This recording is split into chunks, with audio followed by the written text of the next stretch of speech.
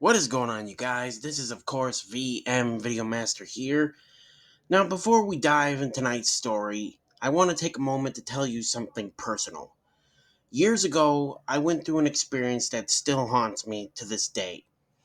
I've never shared it publicly, but tonight, I feel like it's time. This is the story of a tragic house fire I was in. But it's not just about flames and smoke. It's about something far darker that lingered in the ashes. So sit back, turn off the lights, and let's dive into this terrifying tale. And afterward, I want to hear your thoughts, especially if you've ever had a close call with danger like this. Let me know in the comments what you think.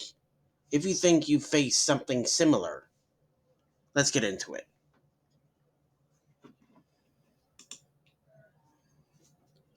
It was supposed to be a quiet evening, just another night in my childhood home, tucked away in the corner of the neighborhood.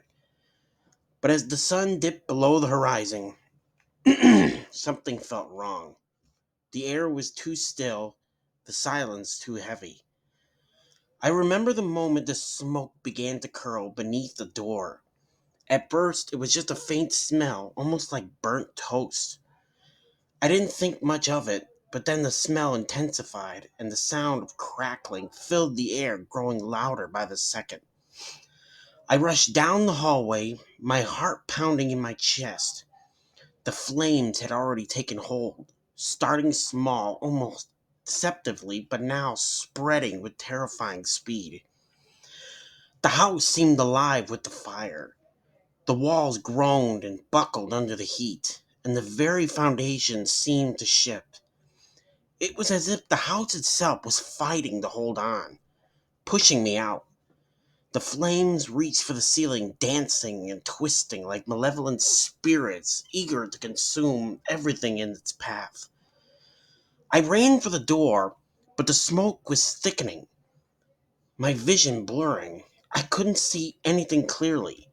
It was as if the fire was everywhere and nowhere at once. Then in the haze, I saw it, a shadow darting across the room, too quick to identify. My breath caught in my throat and I stumbled backward, nearly falling into the inferno itself. Was it a person? A ghost of the past? I finally managed to break through the door, choking on smoke, my legs weak beneath me. As I stepped into the yard, I could hear the sirens in the distance growing louder. But what haunted me the most wasn't the fire, or the damage, or even the fear of what could have happened. It was the eerie silence that followed. No crackling, no screams, just a strange quiet. And that's when I realized the fire hadn't just destroyed the house, it had destroyed something else too.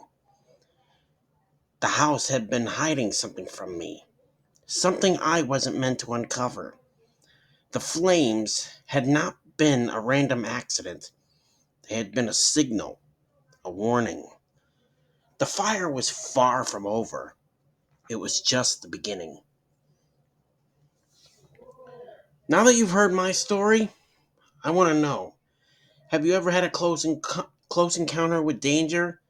Something that felt like it was trying to tell you more than the surface of things. What do you think happened here? Could this fire have been something darker? Let me know in the comments below, and don't forget to subscribe for more stories like this, where we dive into the mystery and horrors of the world around us. And like I always say, I'll see you in the next video. And also, before I end this video, let me know what kind of story you'd like to hear. It could be something true, like a story of your own, or if you have another good idea for a horror story. Because after all, like I always say, I love a challenge, and I'll see you in the next video.